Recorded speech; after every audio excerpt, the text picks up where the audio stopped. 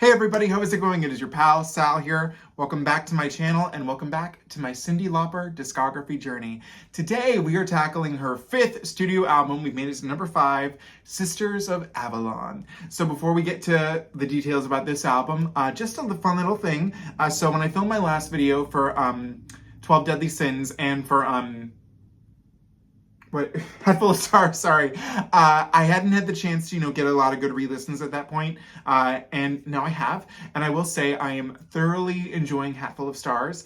I think it's a little early to make a ranking, but I think in terms of album, it actually might be my favorite album at this point. There's something about it that I don't know, I'm really enjoying it, so repeat listens have done nothing but made things better. The one song that I was not as into, which was, Lies, because it was switching it up at some points. Funnily enough, after a few repeat listens, I guess I got used to it or don't hear it as much anymore, but now I'm really loving it. So there's that. When it comes to the tracks from 12 Deadly Sins, I think I'm pretty much the same as where I was there. That first opening song is pretty good, and that bonus track, The World is Stone, the World is Stone. I'm really liking those. But the other ones, I don't know, they weren't doing as much for me. I still have not had the chance to actually listen to that full version of Come On Home yet, so I gotta do that before. Even at the time I'm filming this, that video still hasn't gone live yet, so, And also a fun little thing, I've talked about this before in my comments, but I work at a library, and I've actually been promoted as of this year for a while now, and I'm in charge of our AV, I wanted to say A&E purchases, our AV purchases. So in my library system, almost all of Cyndi Lauper's albums are there. However, Hat Full of Stars, no library in our system had it, so our library officially now has it because I bought it, and as you can see, I blocked my library name because I don't want you knowing where I work. But I bought that for our system. I actually bought this set right here too, the Great Cyndi Lauper. So this set is actually really cool because it has a bunch of the B-sides on CD, and it's this 3 CD set. So I got that for us too. And even though we have not gotten there yet, no library in the system had the EP of Shine, so I got that for our system too. So now in my library system, even though we don't have the other albums, like right here, Sisters of Avalon, that's from another library, now all of her albums are in our system, so that's really good. And hopefully next video I'll have something even cooler to show you that's also in our system. So yeah, we're putting all that aside because again, today we are tackling her 5th studio album, Sisters of Avalon, which was released on October 15th of 1996. So fun little fact, you can do the math for this yourself, but this album was released 8 days before I was born. So if you're ever wanting to find out my age, unlike Blanche Devereaux, I can't get that removed by the governor. So you can learn that there. The album, again, we do not have one that charted very high. This album hit number 188 on the Billboard 200. Not good. I have since learned from your guys' comments about the difficulties that Cyndi has had with her label. And apparently, what I forget, but someone said Tommy Mottola was involved too, and that man just knows how to ruin everything. So there's that. There were a total of 3 singles for this album, one of which I've heard because of the set list for the tour. The first single was You Don't Know, which hit number 11 on the Billboard bubbling under Hot 100 singles. The second single was Sisters of Avalon, which I've heard because of the set list. And the third and final single was the Ballad of Cleo Joe, which hit number 24 on the US bubbling under Hot 100 singles. Now, when it comes to bonus tracks for this album, there are technically 2, only one of which we are covering, and it is not really a bonus track. So the first bonus track was Early Christmas Morning, which is on the next album we will be reacting to, Merry Christmas, Have a Nice Life. The reason why we're not going to react to it is that even though this version is different, I guess the backing vocals are different, it's on the other album, so I figured we'll just listen to it there. And I also couldn't really find what I believe to be the correct version, which is this version on here, so we'll just save it for next video. And then the final bonus track is called Lollygagging, and it's not really a bonus track. I guess it's just like a little outtake of them messing up in the studio or something. We'll listen to it, but it's not really an extra song, so do with that what you will. Now, when it comes to this album, the Wikipedia page did spoil some details about some of the songs on here, so I'm a little sad about that. But basically, I'll just read this right here. Thematically, the album expounded on the issue of complacency and ignorance in popular culture and the discrimination of minorities, gays, and women. So I'm ready to hear that. And some of the other songs have a little more detail to them, but we'll all tackle those when we get to there. So without further ado, I think we should get started with track number 1, which is our lead, or not our lead single, but our title track, Sisters of Avalon. So here we go. And this is one, when I listened to the set list, this song really stuck out to me.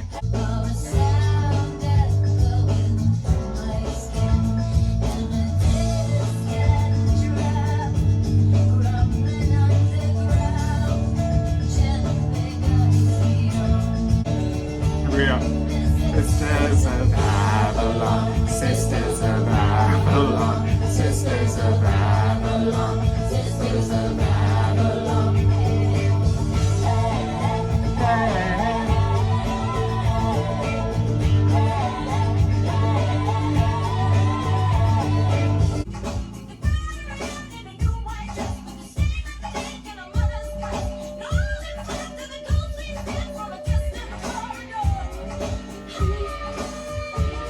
They mentioned that white dress. I wonder if it could be the lady that's the product of misery. What was her? I forgot her name, but could be her. Or was it Annie? I don't know.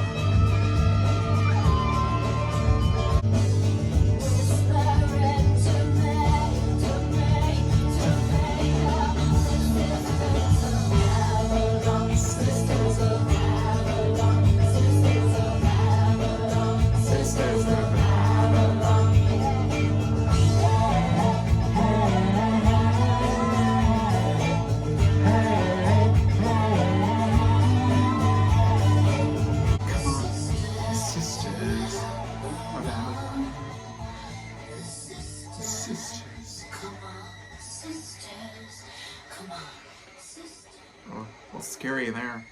So real quickly, before I go on, there's something I wanted to mention that I forgot to mention at the beginning, but someone commented on the video for Hatful of Stars and said that this album right here was kind of Cyndi's ray of light, because we know we love Madonna here. And I thought that that was really funny because I kept thinking that Hatful of Stars reminded me a little bit of Madonna's bedtime stories. I mean, it's right around the same year, and I don't know, it just has a similar vibe to it. I don't know, it's the R&B thing, maybe that's it, but I don't know, there's something more there. So if this is her ray of light, I'm really excited to hear that. I know it's a touchy subject to bring up Cyndi Lauper and Madonna, but it's all in good. I'm not comparing the two, I'm just looking for, not even, well, similar. You get what I'm going for here.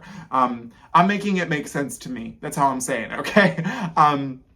Anyways, in regards to that, it's cool to hear Cyndi with this rocky sound here. When I heard the set list the first time on Spotify, this is a song that definitely did stick out with me. I remembered that, hey, hey, and then, you know, the Sisters of Avalon, Sisters of Avalon. Now, I was under the impression that I thought I was going to learn that the Sisters of Avalon were, like, actually a thing, but it doesn't appear that way, unless is Avalon...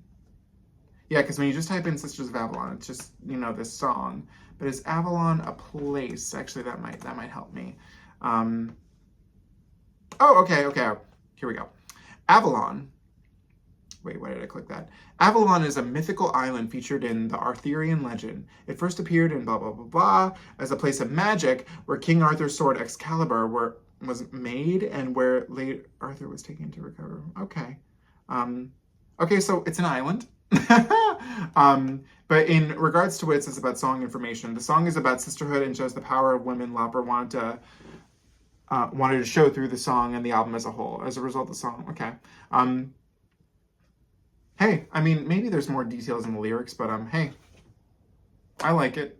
If that is what it's about, I'm not too sure, but it clearly is about sisterhood, and I do like that. So I like the song. I think it's a good single. It's kind of interesting to me that this didn't chart.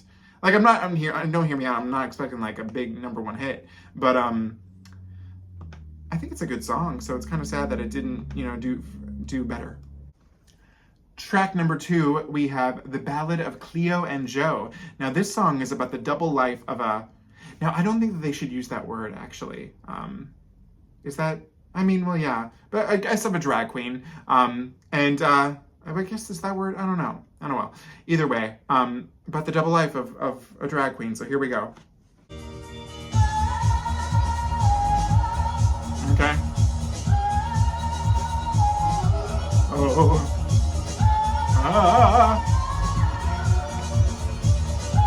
This right here is kind of reminding me, because it's got like those Middle Eastern sounds.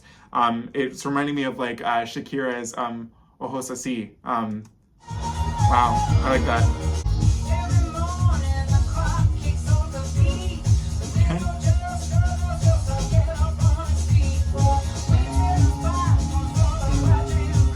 I like this recorder they're using.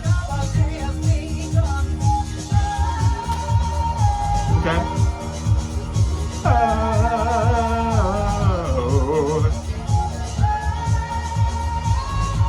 Oh, Cyndi.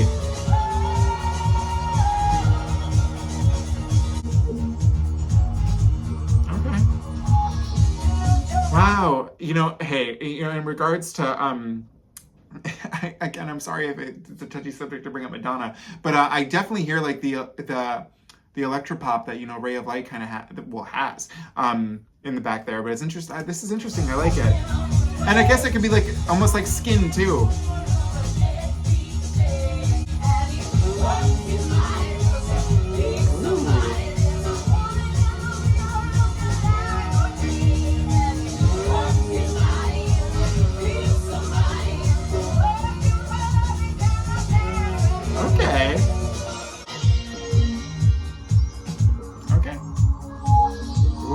See, now this is getting a little experimental here. I like that.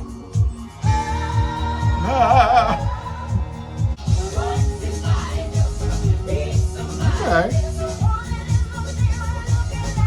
That's right. It's Cleo. Becomes a dancing queen.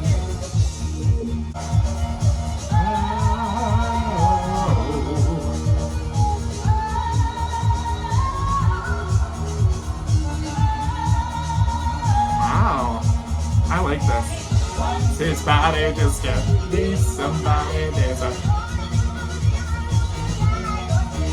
And he works his body. Can he feel he feels somebody? Oh well, maybe himself,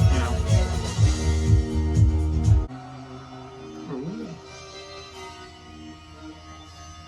Okay. Cyndi. Wow.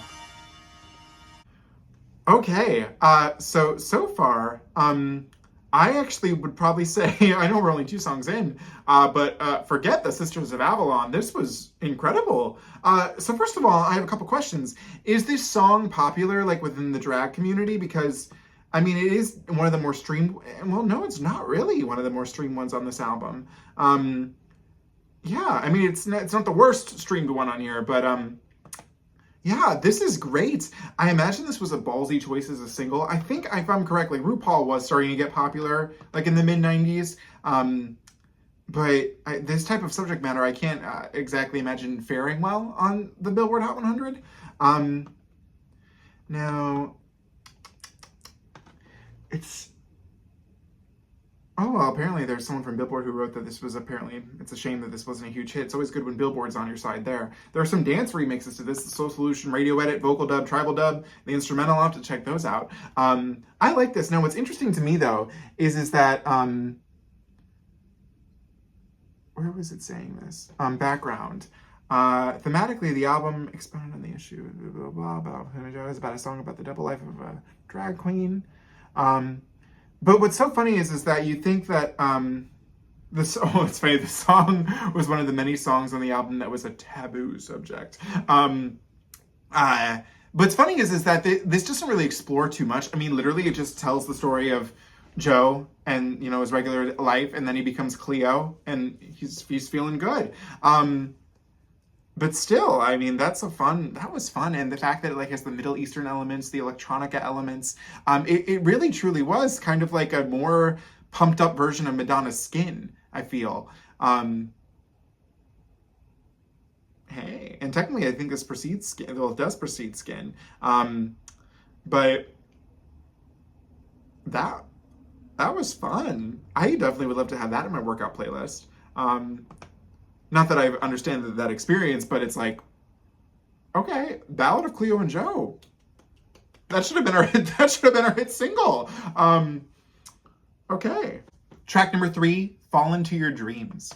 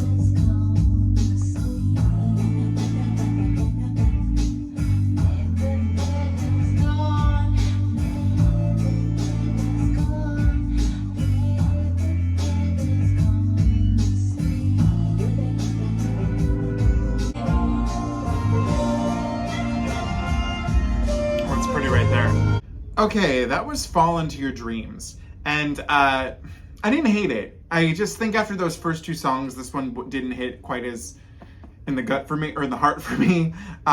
What I can't tell is, I don't think she's talking about an actual baby. I think she might be talking about like her lover. Because it's like, the way that some of the lyrics are, I could fall into your dreams, wrap myself up all around you. Till you don't know what it means, don't lie shrugging your shoulders now like I shouldn't stare, because I can't imagine a baby like shrugging shoulders like that. Don't sigh so deep, are you the kind of, see, this is what it was telling for me. Are you the kind of man that I hope for, would or wouldn't be? So I'm like wondering if like she is like in bed with this man, and like they're both like, you know, he's asleep, she's laying in bed next to him, and she's just wondering all these thoughts in her head, but she's trying to lull herself to sleep too, and it's got a nice sultry vibe to it, and I think with repeat listens, I'll definitely like this one more. But for first listen, it just went on. It's almost 5 minutes, and I get that it does successfully set its atmosphere, but I was kind of getting a little like, I get it, you know.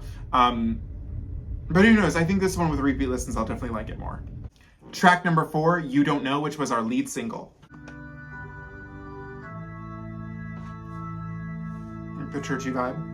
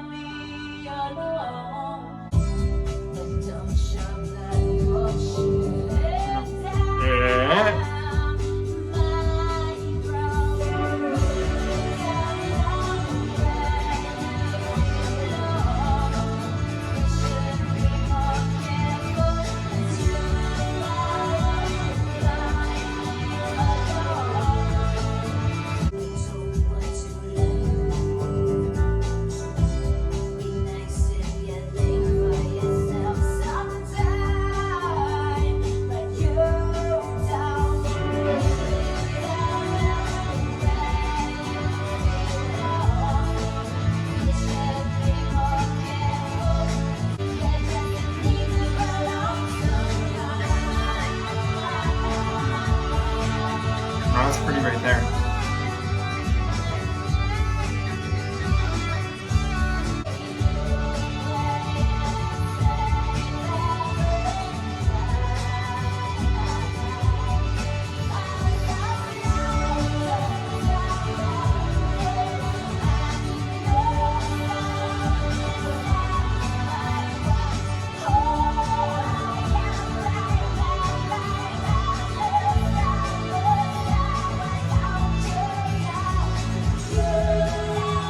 Key change.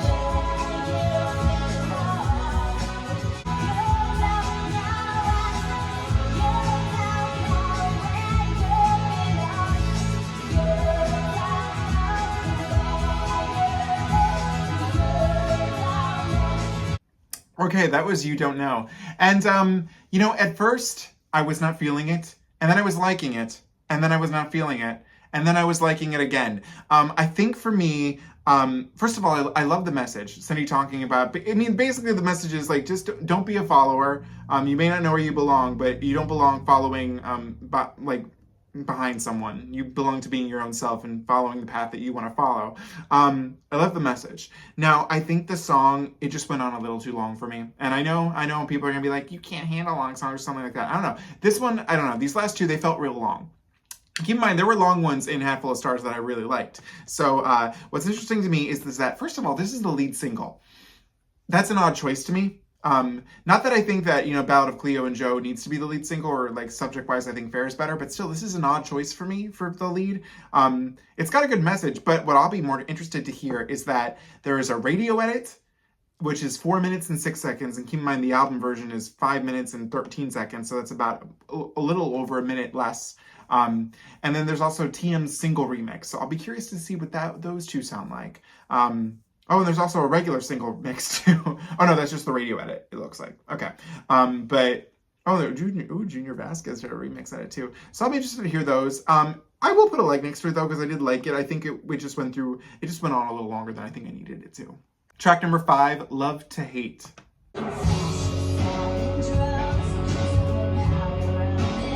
Uh-oh.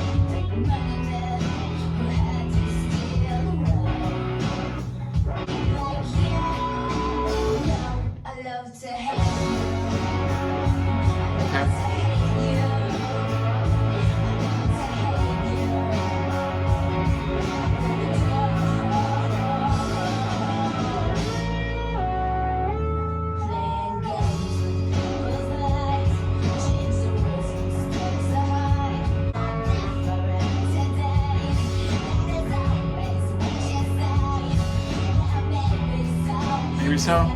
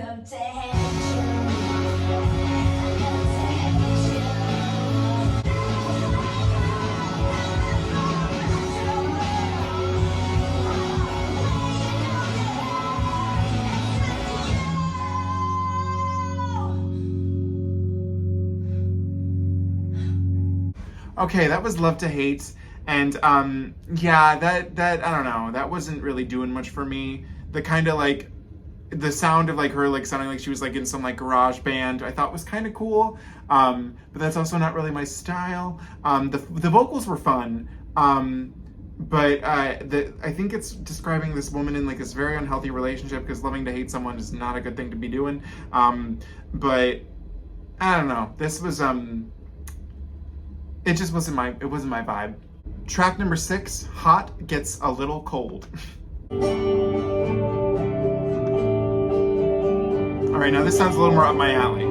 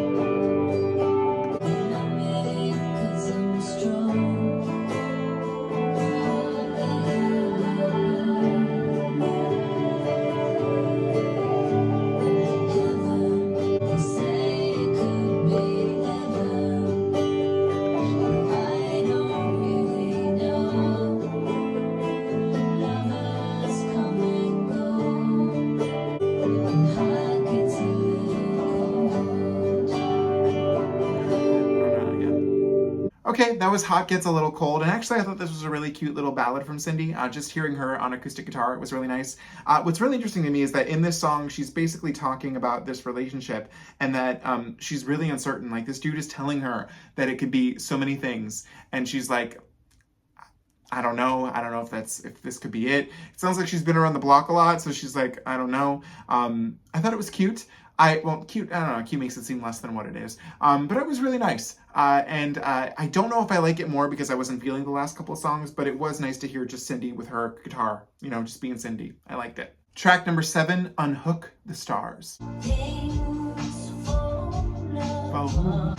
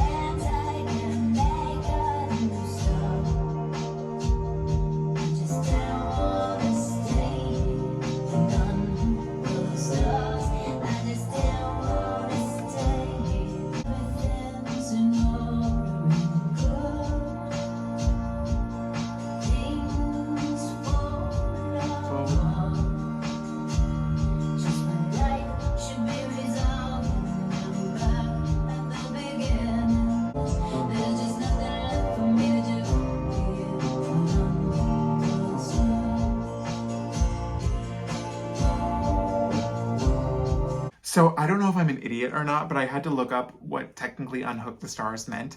But Unhook the Stars represents the act of releasing dreams, hopes, or attachment that no longer serve a purpose. So it's clearly the end of this relationship, and that's the metaphor it's using, but she's got to let it go. It's over, it's done. And she doesn't want to stay here and do that. She doesn't want to do it, but she kind of has to do it. It was another nice ballad too. I don't know if it's going to go down as one of my favorites, but I think that, you know, with a few more listens, it could change. But I would say I probably prefer Hot Gets a Little Cold over this, because I guess they're both. Well, no, she's about the last one. She's uncertain about the relationship. This one, it's like over. But yeah. Track number 8, Searching.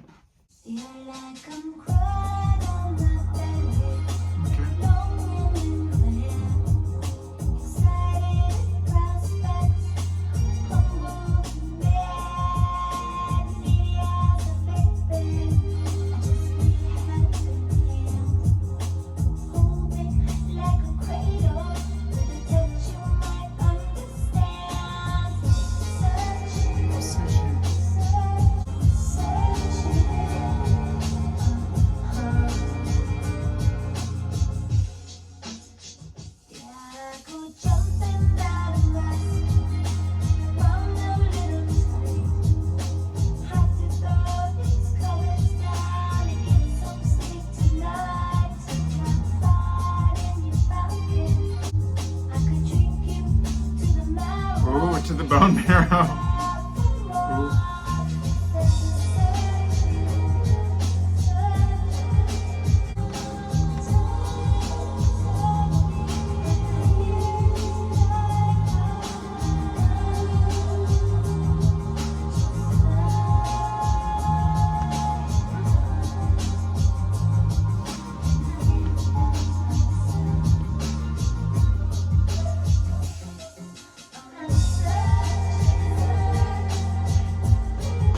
Okay, that was Searchin'.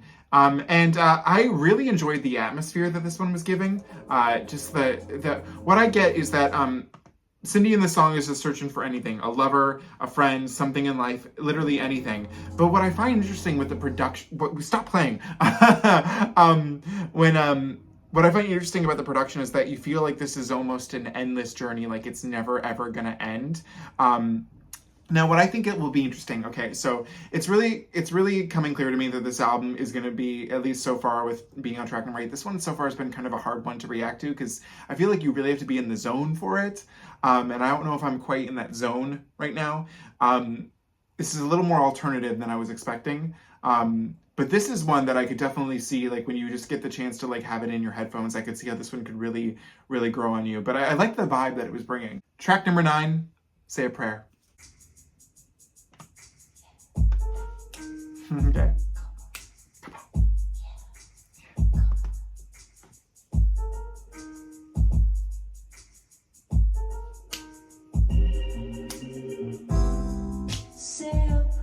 Ooh.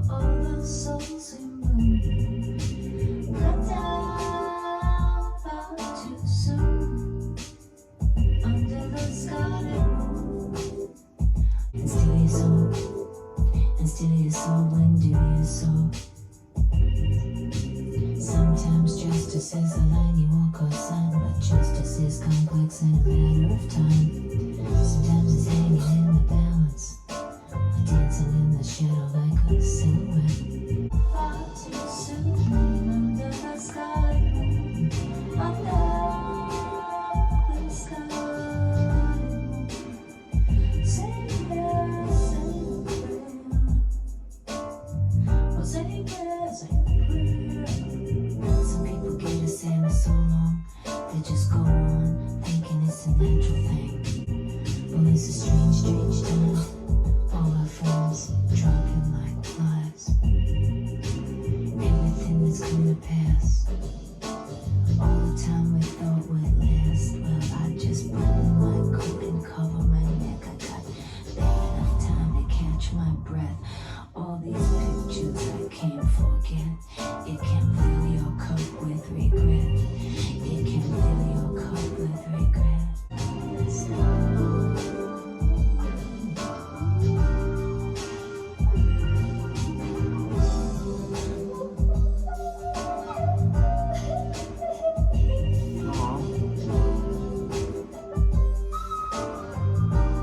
Hey, there's Mariah Lauper right there.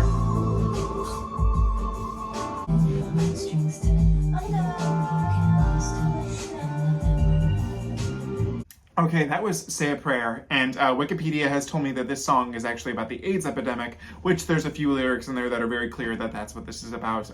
This is interesting to me because, you know, in all the songs that I've heard that are about the AIDS epidemic, this is like the most like different one, because like what pops out in my head is either, you know, like Janet Jackson's Together Again, or I forget, I believe One Sweet Day is about the AIDS epidemic as well too, by Mariah Carey. And you know, obviously there's, you know, other ones here and there too as well. But it's interesting how this one's like a very like much more like moody piece, but not like moody and like sad. It's got like, I don't know, the vibe is like well, I guess it is sad, but it's not like ballad sad, you know what I mean? It's interesting the different way of tackling this is. And then that part in there though where she almost sounds like she is, well, maybe she was, is crying. Like, this is an interesting like take on talking about the AIDS epidemic, which I thought was interesting. Again, it's very moody, so it's kind of hard to react to because I feel like I need to like really like hone in. So with a few repeat listens, I feel like this is one that I definitely could get into. Well, not that I wasn't into it. Track number 10, Mother.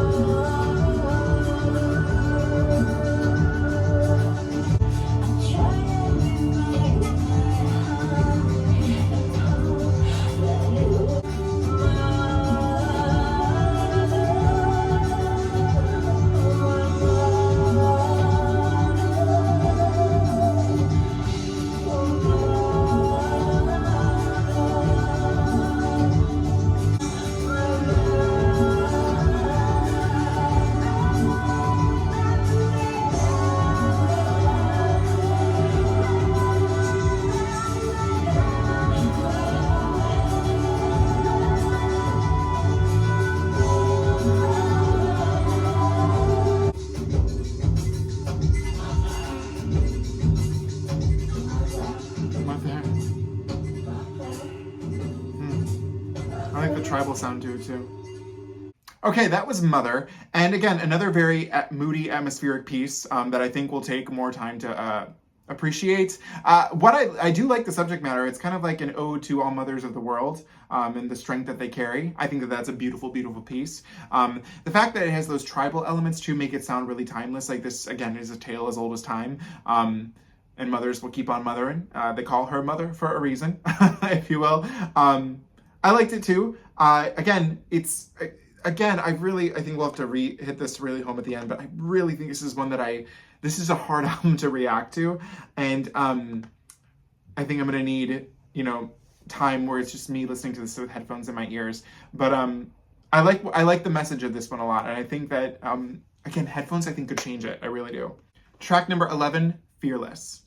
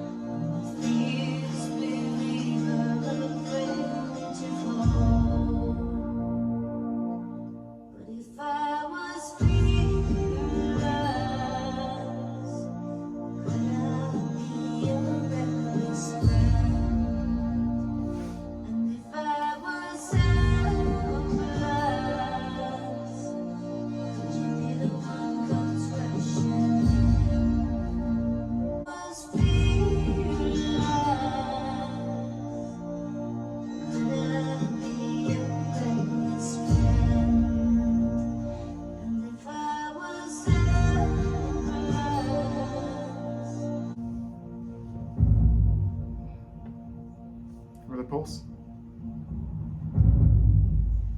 Oh, the thunder, the rain's coming. Rain. Okay, that was Fearless.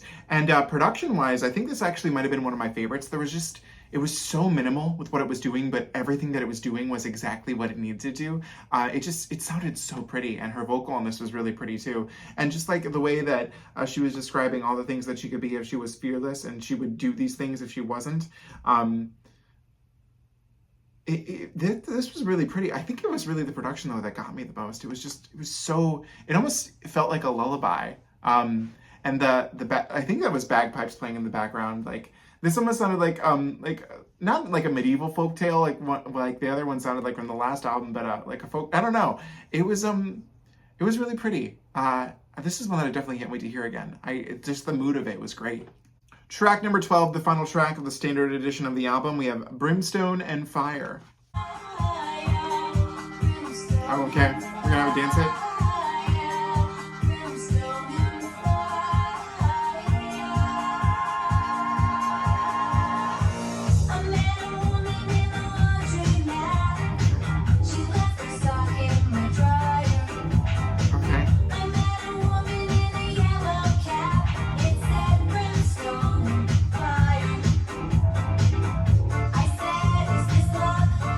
Is this luck?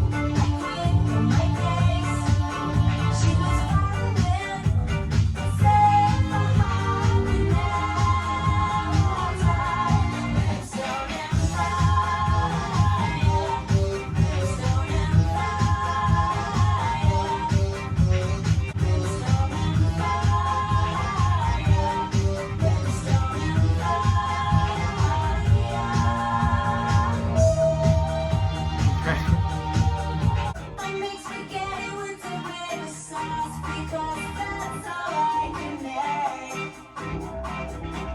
When she likes it. Okay, that was Brimstone and Fire. And okay, so I had to look up what that meant, and it's an idiom that refers to God's wrath and the threat of eternal punishment for sin. So basically, this song is Cyndi describing being in a lesbian relationship, and that they are brimstone and fire because they're going to hell for being lesbians, I guess. Well, no, in the eyes of the church, you know, that's true. But we don't want none of that. You know, this does have like a little bit of Cyndi Lauper's like goofiness that we all love and adore.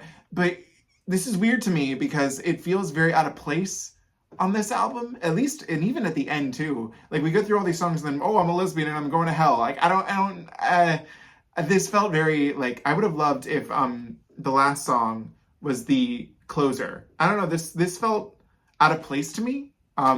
Especially because everything else has been very, you know, much more like sadder, darker, moodier, and then all of a sudden it's like this poppy thing, and we're lesbians and we're going to hell. I don't know. I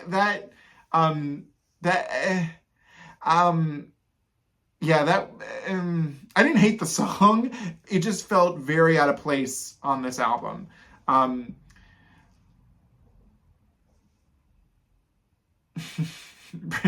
like it almost to me felt like as if we like had this album, and then it was like 911 tacked on the end, or like he's so unusual, or yeah, like, you know, it just felt weird. Like, I don't know, this felt out of place to me.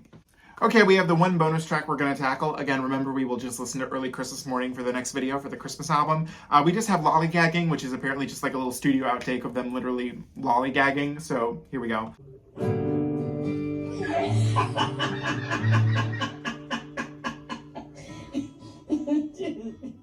Okay, that was lollygagging, and cute. What can I say? Truly, the album's done. It's over. Okay, guys, we have just finished listening to Cyndi Lauper's 5th studio album, Sisters of Avalon, and this is not what I thought it was going to be. So I reread the comment, and basically it said that this album was kind of like how I said this was a ray of light. The person actually said this was kind of like her bedtime story / ray of light.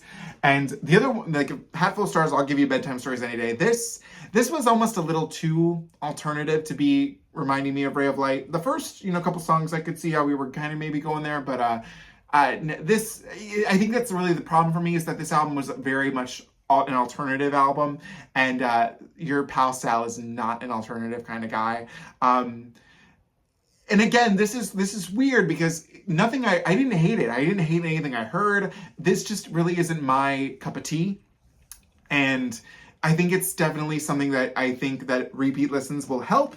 Because if I remember correctly, sorry to bring up Ray of Light again, but I didn't like Ray of Light at first for a while, and then one day it clicked with me. So maybe that could be the status for this album. One day it could click for me. But as it is, it's kind of a little, it's not even like it's unpleasant to listen to. It's just like, and it's not even, weirdly enough, it's not even as experimental to me as some of, like, especially Hatful of Stars. This just, I don't know, its mood just wasn't really up my alley. I thought we were heading, I feel like the first two really give us a good balance of like seriousness and fun and, you know, good vibes, but everything else, I don't know, just felt very subdued, moody, and there wasn't anything, like, what's funny is that I feel like with Hatful of Stars, there's a really good balance of all different types of material, and I just didn't really get that vibe of balance here. It's like we start off really cool, and then we just kind of go downhill. Not like artistic wise, but just like in the mood. I don't know, this album was just not the happiest thing I've ever heard in my day. So as it goes, Sisters of Avalon I still do really like. My favorite new song I've heard is easily the Ballad of Cleo and Joe. Although now hearing some of these other songs, the topic, you know, fits, but I feel like the production feels at odds now with everything else I've heard. The songs that I don't have likes next to are Love to Hate and Fall Into Your Dreams. Again, you know, that could be a few repeat listens. Again, I almost don't even feel good giving an analysis of that, but I would say my favorite new songs I've learned are Ballad of Cleo and Joe and Fearless. which that's really only 2 out of them. And Brimstone and Fire, again, just felt so out of place to me. There were some vibes and moods that we were going for here that, I need to listen to this a few more times. I really, really do. I don't want this to make it seem like I'm one and done here. I gotta buy the cassette now, as we all know. Yeah, I think I think that's the best way to put it. I need more time with it. Because right at first listen, I'm just kind of like, oh, okay, not what I thought we were going to get something, different. This just isn't different that works for me, I guess, if that's the word. And apparently this album is very critically appreciated, so I feel guilty. But hey, I really loved Half Full of Stars, so that's something.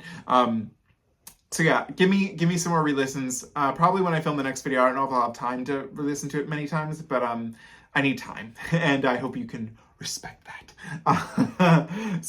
Anyways, what do you guys think of Sisters of Avalon? Let me know in the comments below. As always, do not forget to comment, like, share, and subscribe. You can follow me on TikTok at SalvadorRocha1 and Instagram at SalvadorJRocha.